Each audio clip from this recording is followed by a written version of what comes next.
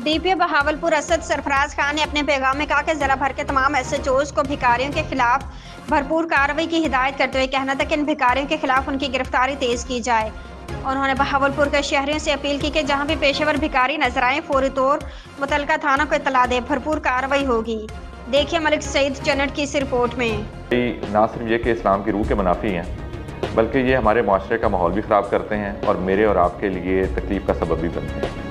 इनकी वजह से जो असल मुस्तहकीन हैं उनकी भी हक रसीद नहीं हो पाती है। मेरी आप सबसे गुजारिश है कि इनकी जो है डिस्करेज करें, इनको कतन सपोर्ट ना करें और जहाँ पे भी आप देखें पुलिस को 15 के ज़रिए ज़रूर इतला दें। हमने इनके ख़िलाफ़ काफ़ी कार्रवाइयाँ की हैं और ये कार्रवाइयाँ हम जारी रखेंगे पेशावर और आदी भिखारियों के ख़िलाफ़ भी। इसके साथ साथ मैं ये भी आपको पैगाम देना चाहूँगा कि जहाँ पे भी आपको कोई नौकरी के सिलसिले में दुश्वारी पेश आ रही हो तो हुकूमत पंजाब के मुख्तलिफ प्रोजेक्ट्स चल रहे हैं जिनमें कमिश्नर साहिबा की तरफ से ये मैसेज है कि अगर आपको जेन्युइन नौकरी का इशू है जिसकी वजह से आप भीख मांगने पर मजबूर हैं तो आपको नौकरी में अकोमोडेट किया जा सकता है।